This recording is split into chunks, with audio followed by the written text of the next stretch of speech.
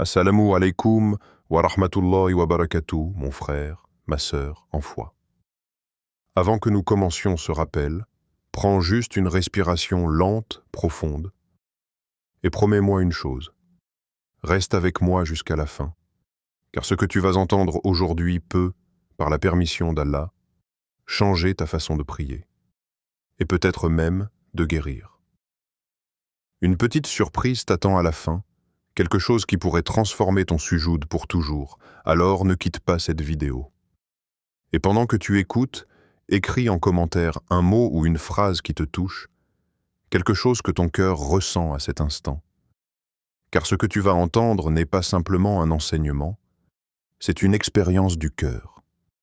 Et si ce rappel t'élève, pense à t'abonner et à partager cette lumière avec d'autres cœurs fatigués, afin que la chaîne des serviteurs d'Allah continue de diffuser la paix là où elle manque. Maintenant, ferme un instant les yeux.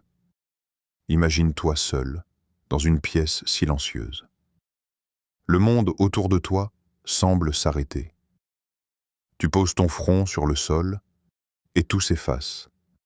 Les bruits, les soucis, les blessures, tout devient lointain. C'était comme si ton âme descendait plus bas que ton corps, pour se prosterner devant le Créateur des mondes. C'est ça le sujoud. Ce n'est pas un geste mécanique, c'est une confession muette, un cri d'amour enveloppé de silence. Le sujoud est le seul endroit au monde où tu es à la fois au plus bas et au plus haut, au plus bas physiquement, car ton front touche la terre, au plus haut spirituellement, car ton cœur touche le ciel. Et c'est dans cette rencontre entre poussière et lumière que la guérison commence. Pas seulement celle du corps, mais celle de tout ce que tu portes. Tu vois, dans la prosternation, les masques tombent. Tu ne joues plus un rôle, tu n'as plus rien à prouver. Tu es juste un serviteur, fragile mais sincère.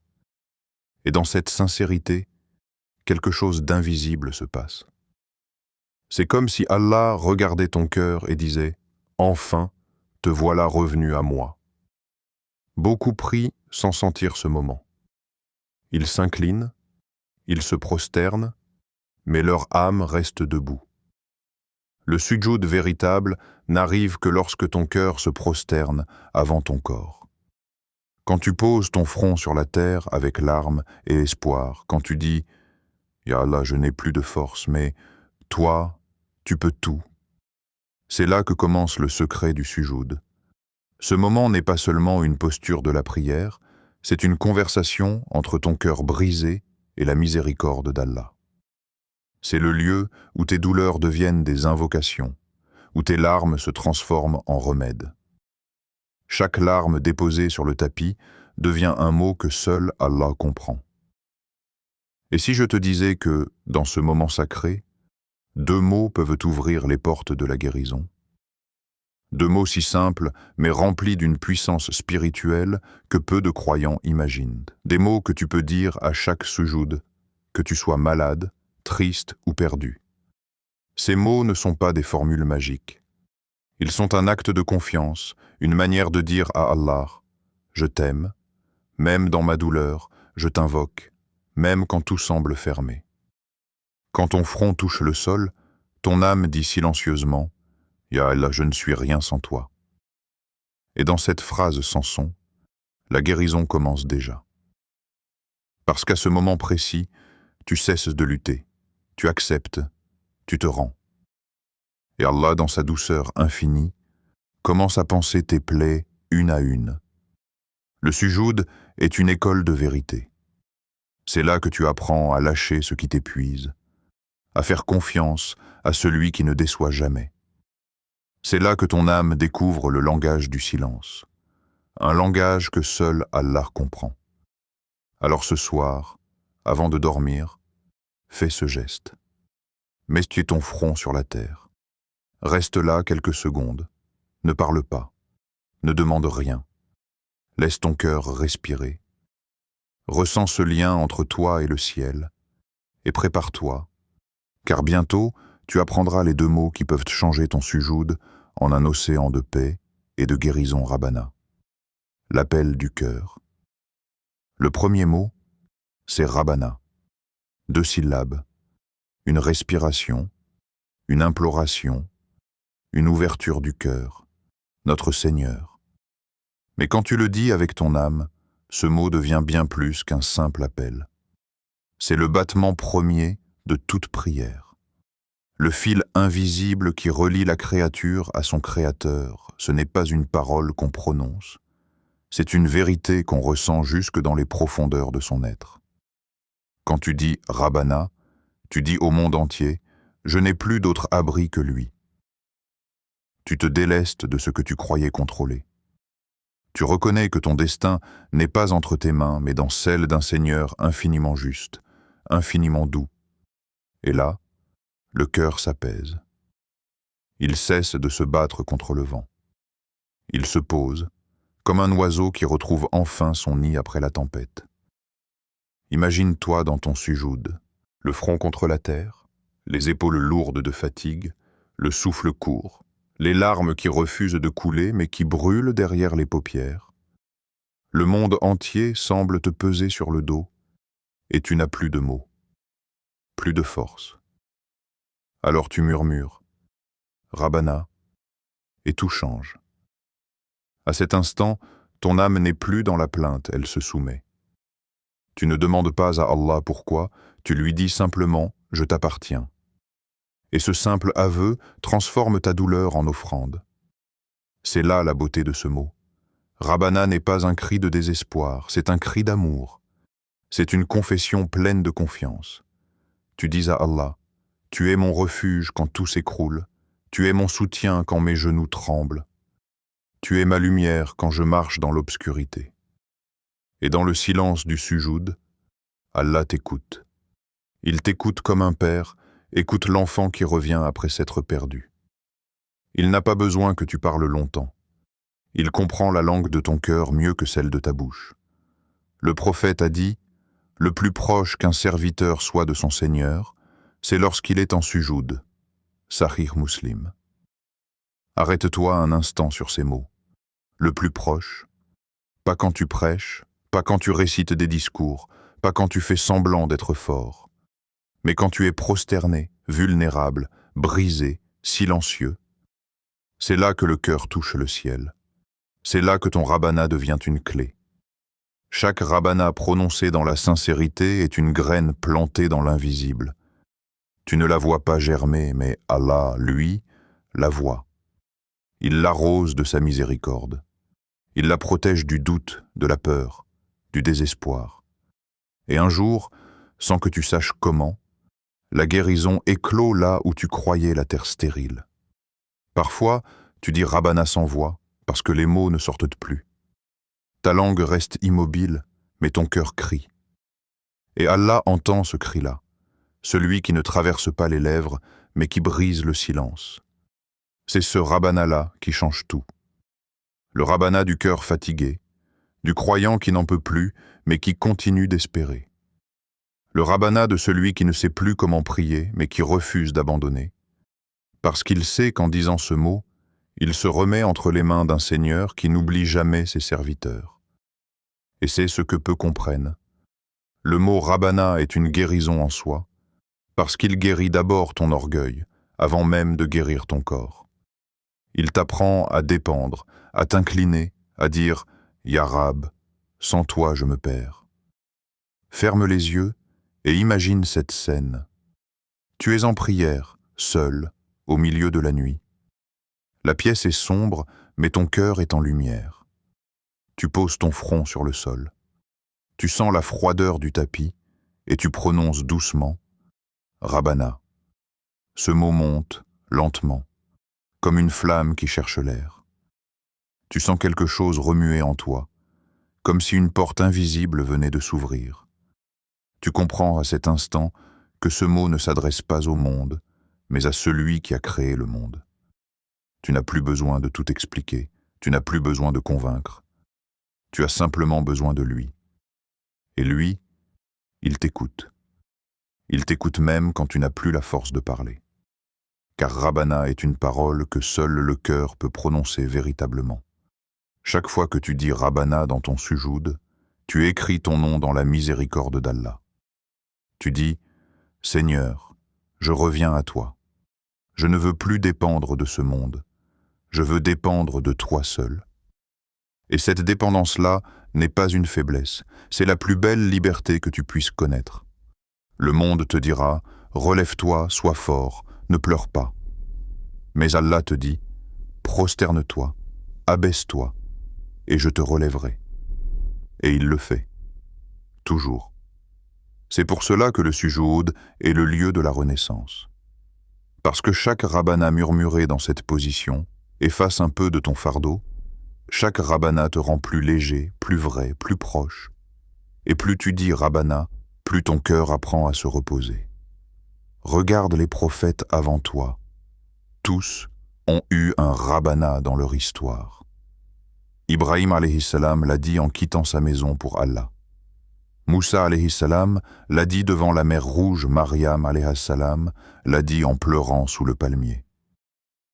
Et toi aussi, tu as ton rabbana. Celui que tu prononces dans la douleur, dans le secret, dans l'attente, et chaque rabbana est entendu.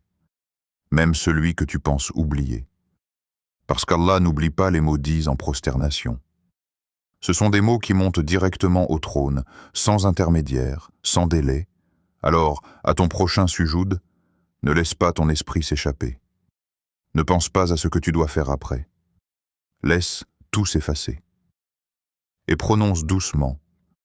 Rabbana. Dis-le lentement, comme une prière d'amour. Sens ton cœur vibrer à chaque syllabe.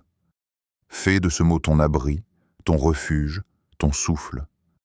Parce qu'à travers ce mot, tu t'adresses à celui qui t'a créé, à celui qui t'a vu tomber et qui veut te voir revenir. Et souviens-toi, dans ce moment où ton front touche la terre, tu n'es pas en train de te soumettre à la douleur, tu es en train de te confier à celui qui guérit toute douleur. Et c'est dans ce souffle, ce rabbana murmuré, que la guérison commence à prendre forme. Shifa. Quand Allah dit « sois guéri », le second mot, c'est « shifa », un mot qui ne se prononce pas, il se ressent. Un mot qui glisse comme une brise douce à travers l'âme fatiguée. Shifa, la guérison.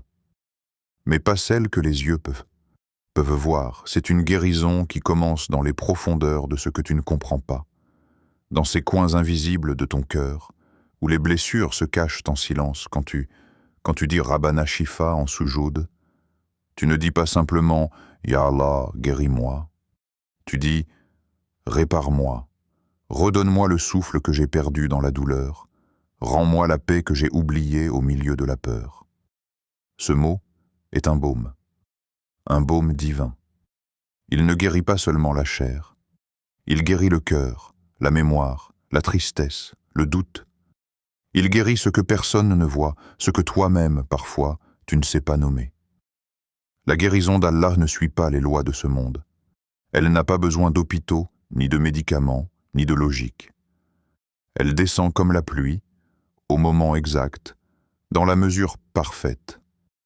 Et elle touche les âmes prêtes à recevoir, celles qui se prosternent en disant « Rabbana Shifa » non pas avec la langue, mais avec tout leur être.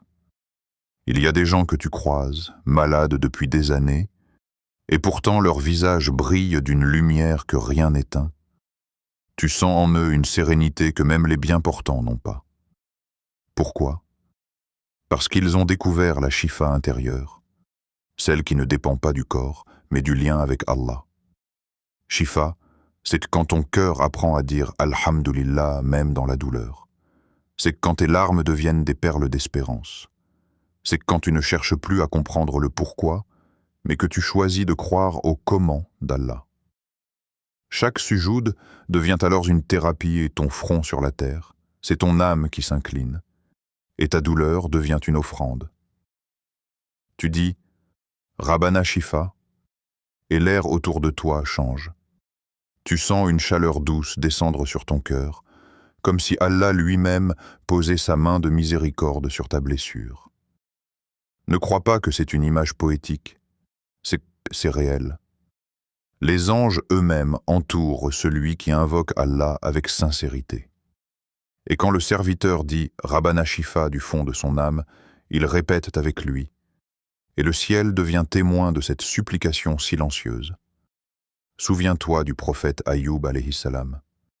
Des années de maladie, de solitude, de perte. Mais jamais il ne s'est plaint. Jamais. Il disait simplement « Et quand je suis malade, c'est lui qui me guérit ». Coran 26, 80. Il ne disait pas « Il m'a guéri ». Il disait « C'est lui qui me guérit ». Parce que la guérison est un processus continu, un voyage entre ton cœur et la sagesse d'Allah. Et quand Allah l'a guéri, ce n'était pas seulement son corps, c'était son âme. Car avant de guérir le corps, Allah guérit la foi. Et c'est souvent là que se trouve le vrai miracle. Tu sais, parfois, tu demandes à Allah de guérir ta maladie et il te répond en guérissant ton impatience, tu veux qu'il soigne ton corps. Mais lui commence par ton cœur. Parce qu'il sait que la douleur du cœur est plus profonde que celle du corps Shifa, c'est aussi cela. C'est quand tu apprends à respirer à nouveau dans la confiance. Quand tu cesses de douter du plan d'Allah, même si tu ne le comprends pas encore, c'est quand, au lieu de dire « Pourquoi moi ?», tu dis « Choisis pour moi, ya Allah, car toi tu sais. » Il y a des guérisons silencieuses que personne ne remarque. Des moments où tu pleures dans le noir, et soudain, sans que rien ne change extérieurement, tu sens ton cœur se détendre. Comme si un poids invisible venait d'être enlevé, c'est Shifa. Tu ne peux pas l'expliquer, mais tu la sens. Et une fois qu'elle t'a touché, plus rien n'a le même goût, plus rien n'a la même gravité. Tu marches avec plus de paix, tu parles avec plus de douceur, tu vis avec plus de lumière. Parce que celui qu'Allah a apaisé ne voit plus le monde de la même façon. Shifa ne se trouve pas seulement dans les miracles extraordinaires. Elle se cache dans les petites choses. Le sourire d'une mère, le souffle du vent du matin, le verset du Coran qui tombe à point nommé, le calme qui t'envahit après une prière. C'est Allah qui te parle à travers tout cela. C'est sa main invisible qui te dit « Je suis encore là, tu n'es pas oublié ». Et parfois, Shifa, c'est juste le courage de continuer à prier, même quand tu n'as plus la force. C'est le fait de rester en prosternation un peu plus longtemps, parce que tu veux que ton front goûte encore la paix du sol. C'est le fait de dire « Rabbana Shifa » sans attendre de miracle, mais simplement pour rester connecté à celui qui fait des miracles. Si seulement tu pouvais voir ce que ce mot déclenche dans le monde invisible, chaque fois que tu dis Shifa, un ange l'élève, et il traverse les cieux jusqu'à atteindre le trône d'Allah. Et Allah, dans sa grandeur, ne laisse jamais une invocation sincère sans réponse. Peut-être ne te guérira-t-il pas tout de suite, mais il déposera quelque chose en toi. Une paix que personne ne peut comprendre, une lumière que personne ne peut éteindre. C'est cela, la vraie Shifa. Ce n'est pas seulement le corps qui se relève, c'est l'âme qui recommence à espérer. C'est quand tu te regardes dans le miroir et que, pour la première fois depuis longtemps, tu souris non pas parce que tu es guéri, mais parce que tu crois à nouveau. Alors, dis-le ce soir. Même si tu es fatigué, dis-le. Même si tu doutes encore, dis-le, pose ton front sur le sol et murmure « Rabbana, Shifa ». Ne le dis pas avec précipitation. Laisse le mot sortir comme un souffle, comme si chaque lettre portait ton espoir. Ressens la terre sous ton front, la présence d'Allah tout autour de toi. Ne cherche pas à sentir quelque chose d'extraordinaire. Reste juste là, dans le silence, et écoute ton cœur répéter « Rabbana Shifa, Rabbana Shifa ». À ce moment précis, tu es dans la plus belle des médecines, celle de la foi. Tu es dans le lieu où Allah guérit ceux qui lui appartiennent, non pas par miracle visible, mais par transformation invisible. Et peut-être qu'au moment où tu diras ce mot, une lumière que tu ne vois pas encore descendra sur toi. Pas pour effacer ta douleur, mais pour t'apprendre à la traverser avec sérénité. Parce que la vraie guérison ne consiste pas toujours à cesser de souffrir, mais à apprendre à souffrir avec paix. Et cette paix, elle a un nom. Shifa, la patience et la foi, les vraies médecines. Mon frère, ma sœur, ne crois pas que la guérison ne vit que dans les laboratoires ou sous les mains des médecins. Allah, dans sa sagesse infinie, a déposé un remède dans chaque chose. Il y a un remède dans la pluie, un remède dans le vent, un remède dans les larmes. Et parfois, le plus puissant de tous ces remèdes s'appelle patience. La patience. Ce mot qu'on prononce souvent, mais qu'on comprend rarement. Ce n'est pas simplement attendre que ça passe. C'est rester debout quand tout semble s'effondrer. C'est garder la foi quand tout paraît perdu. C'est se taire devant l'épreuve en disant dans le secret de son cœur « Ya Allah, je ne comprends pas, mais je t'ai choisi malgré tout ». Le croyant qui apprend le sabre, la patience, est déjà en train de guérir, même s'il ne le voit pas encore. Parce que chaque douleur supportée avec foi devient une purification. Chaque larme qui tombe dans le silence du sujoud efface un poids du cœur. Chaque nuit passée dans l'attente d'un signe, d'une réponse, est une nuit où ton âme se polit et se purifie. On dit souvent que la patience est amère, mais ses fruits sont plus doux que le miel, et seuls ceux qui persévèrent goûtent à cette douceur cachée. Regarde le monde autour de toi. Le soleil ne se lève pas d'un coup. Il attend que la nuit s'efface, la fleur ne s'ouvre pas en un instant. Elle résiste, doucement, dans la terre humide. Et même la pluie ne tombe qu'après un long silence du ciel, c'est cela le sabre. Ce temps sacré entre la supplication et la réponse. Ce silence où Allah t'éduque, t'élève, t'endurcit avec douceur. Parfois, tu demandes la guérison et Allah te répond par la patience, tu veux la solution. Et il t'envoie la force de supporter. Parce qu'il sait que la vraie guérison n'est pas dans la fin de l'épreuve, mais dans ce que ton cœur apprend au milieu de l'épreuve. Le sujoud, dans ces moments-là, devient ton refuge. Tu n'y viens plus seulement pour prier, tu y viens pour respirer. Tu t'y rends avec ton fardeau invisible et tu le déposes à celui qui ne le rejette jamais. Chaque prosternation devient une libération, chaque Rabbana Shifa devient un souffle de vie. Et sans t'en rendre compte, quelque chose change. Pas toujours à l'extérieur, souvent à l'intérieur. Ton regard devient plus calme, ton cœur plus doux, tes attentes plus sages. Tu comprends enfin que la foi ne te protège pas des tempêtes, mais qu'elle t'apprend à marcher sous la pluie sans avoir peur. Le sabre n'est pas un signe de faiblesse. C'est une lumière cachée dans le cœur du croyant. C'est une force silencieuse que les autres ne comprennent pas.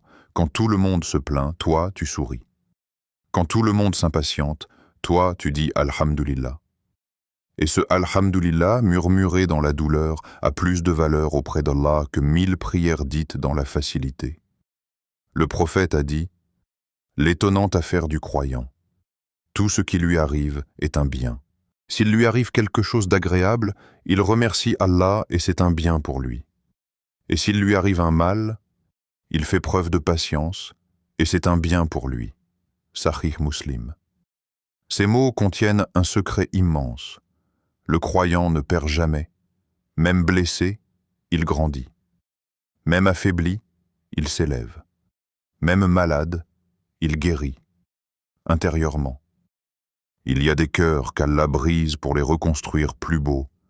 Et c'est dans le silence du sabre que cette reconstruction s'opère. Tu crois que tu es en train de perdre du temps, mais en réalité, Allah te façonne. Il t'apprend à aimer sans dépendre, à espérer sans condition, à vivre sans oublier ton Créateur. Chaque instant d'attente devient une prière muette, chaque souffle devient un rappel, et chaque larme devient un miroir dans lequel ton âme se purifie. Tu sais, parfois, la guérison ne vient pas sous la forme que tu espérais. Tu voulais qu'Allah t'enlève la douleur, mais il a préféré t'enseigner à la traverser avec dignité. Tu voulais qu'il ferme la plaie, mais il t'a appris à la regarder sans colère. Tu voulais qu'il change ta situation, mais il a changé ton cœur. Et c'est souvent cela, le miracle caché du sabre. Ce n'est pas le monde extérieur qui s'apaise, c'est ton monde intérieur. Ne sous-estime jamais la puissance de la foi. Elle est invisible, mais elle transforme tout. La foi, c'est la voix qui te murmure. Continue, même si tu ne vois pas encore la lumière. Continue, car Allah t'écoute même quand tu te tais. C'est elle qui te fait dire « Rabbana Shifa » quand tout semble inutile. C'est elle qui te pousse à poser ton front sur le sol, même quand tes jambes tremblent, et plus tu répètes ces mots, plus ton cœur devient un sanctuaire de paix.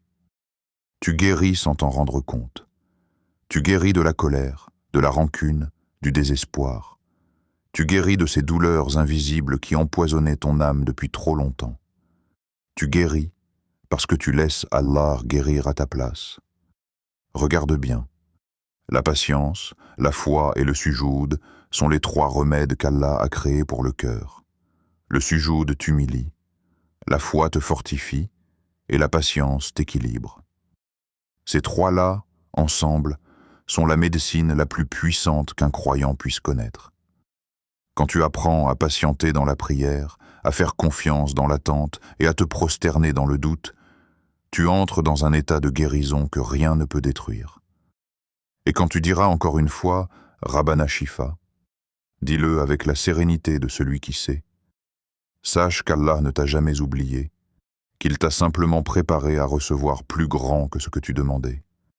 Chaque jour de patience est un pas vers la guérison. Chaque soupir retenu est une prière que les anges élèvent. Et chaque prosternation que tu fais dans la douleur est un médicament que ton âme avale sans s'en rendre compte. Alors reste patient, même quand ton cœur tremble. Reste croyant, même quand tes yeux pleurent. Car il n'y a pas de remède plus pur, plus sûr, plus profond que celui d'une foi constante dans la tempête. Et souviens-toi, Allah guérit aussi les cœurs fatigués, les âmes blessées, les esprits qui doutent. Et celui qui place sa confiance en lui ne ressort jamais vide du sujoud. Le rituel du cœur. Comment vivre Rabbana Shifa. Et c'est ce soir. Oui, ce soir même. Éteins tout. Coupe le bruit du monde, les écrans, les pensées, les inquiétudes. Fais tes ablutions lentement, comme un acte d'amour, comme si chaque goutte d'eau lavait un peu de ton âme. Et quand tout sera calme, prosterne-toi en silence, pas pour accomplir un geste, mais pour retrouver un lieu. Ce lieu, c'est celui de ton cœur devant Allah. Là où plus rien n'existe, ni ton passé, ni ta douleur, ni tes doutes. Seulement toi, ton front contre la terre, et la paix qui commence à respirer entre tes côtes. Alors, dis doucement, Rabbana, Shifa. Ne le dis pas avec précipitation, ne cherche pas à bien prononcer. Dis-le comme une prière d'enfant. Dis-le comme si tu parlais à celui qui te connaît depuis toujours. Laisse le mot couler lentement, comme un souffle. Répète ces mots jusqu'à ce que ton cœur les sente, jusqu'à ce que la douleur change de forme, jusqu'à ce que le fardeau devienne plus léger. Ne cherche pas de miracle visible, cherche la paix. La paix intérieure, la paix silencieuse, celle qu'on ne peut pas montrer mais qu'on reconnaît quand elle habite enfin le cœur. Fais du sujoud ton rendez-vous quotidien. Pas seulement pendant la prière, mais dans les instants où tu ne sais plus quoi faire. Quand l'anxiété monte, quand la peur te serre la poitrine, quand les larmes veulent couler mais que tu n'en as plus la force, pose ton front sur le sol. Là, tu es en sécurité. Là, tu es à ta vraie place, proche d'Allah, loin du monde. Fais du sujoud ton refuge secret. Un endroit où tu peux venir quand plus personne ne t'écoute. Un lieu où tu n'as pas besoin de mots parfaits, car Allah comprend le langage de ton silence. Dis Rabbana Shifa pour toi, pour ton âme qui fatigue, pour ton cœur qui cherche encore un sens. Mais dis-le aussi pour ceux que tu aimes. Dis-le pour ton père malade, pour ta mère fatiguée, pour ton ami qui cache sa douleur derrière un sourire. Dis-le pour tous ceux qui souffrent en silence, pour les cœurs qui n'ont plus la force d'invoquer, pour les âmes qui ont oublié comment prier, car la guérison d'un seul cœur peut être une lumière pour des milliers d'autres. Quand un serviteur d'Allah guérit intérieurement, le monde entier reçoit une part de cette lumière, car chaque sujoud sincère laisse une trace dans l'invisible, une trace de douceur, une trace de miséricorde. La guérison, mon frère, ma sœur, n'est pas toujours un événement spectaculaire. Parfois, elle se glisse dans ton quotidien sans bruit. Elle se cache dans le fait que tu respires mieux ce matin qu'hier, dans le fait que tu souris un peu plus, dans le fait que tu t'endors en disant « Alhamdulillah » au lieu de pleurer. C'est cela, Rabbana Shifa, une transformation lente mais profonde. Quand tu pratiques cette invocation avec constance, tu verras que ton cœur change avant ta vie. Et quand ton cœur change, ta vie finit toujours par suivre. Dis-le chaque jour, le matin avant de sortir, le soir avant de dormir, et surtout pendant ton sujoud. Laisse ces deux mots devenir ton souffle intérieur, car plus tu les prononces avec amour, plus ils t'enveloppent d'une paix que rien ne peut briser. Tu sais, le sujoud est une école secrète. Chaque prosternation t'enseigne quelque chose. La première t'apprend à te taire. La deuxième t'apprend à lâcher. La troisième t'apprend à faire confiance. Et à la quatrième, tu comprends enfin. Tu n'as jamais été seul. Ce moment où ton front touche la terre est un moment sacré. C'est comme si Allah te disait doucement « Viens à moi, mon serviteur, dépose tout, je suis là. » Et toi, tu réponds sans mots « Rabbana Shifa ». Et le ciel écoute, et les anges écrivent, et le cœur guérit. Fais de cette pratique un rituel du cœur. Pas une habitude mécanique, mais une routine d'amour. Ne la limite pas à la prière rituelle, vis-la comme un souffle de vie. Quand tu marches, pense Rabbana Shifa. Quand tu respires, pense Rabbana Shifa. Quand tu souffres, chuchote Rabbana Shifa. Et laisse ces mots devenir une lumière constante entre toi et ton Créateur. Tu verras, plus tu feras cela, plus tu comprendras que la guérison ne dépend pas de ce que tu obtiens, mais de ce que tu ressens. Et ce que tu ressens, c'est Allah. Tout simplement. Et maintenant, ferme les yeux un instant. Imagine-toi dans l'obscurité de ta chambre. Tout est calme. Tu poses ton front sur le tapis. Tu dis lentement « Rabbana, Shifa ». Et tu sens quelque chose de nouveau, comme si ton âme se déposait enfin. Comme si ton cœur, longtemps fermé, s'ouvrait à la lumière. Tu ne vois peut-être rien, mais tu sens la présence d'Allah te traverser. Et cette sensation, ce frisson de paix, c'est déjà la guérison. Conclusion. Mon frère, ma sœur, ce rappel n'est pas un simple message. C'est une invitation à revenir à l'essentiel, ton lien avec Allah. Le monde te parlera de traitements, de solutions, de remèdes, mais aucun ne pourra guérir ce que seul ton Créateur comprend. Alors ce soir, mets ton front sur la terre et murmure ces deux mots, Rabbana Shifa. Ne cherche pas à sentir quelque chose d'extraordinaire, laisse juste ton âme se reposer. Et regarde comment Allah, dans sa douceur infinie, t'apaise, te guérit et t'enveloppe de sa lumière. Et si ces paroles ont touché ton cœur, ne les garde pas pour toi, partage-les. Partage-les avec ceux qui en ont besoin, car peut-être qu'à travers toi, Allah guérira un autre cœur.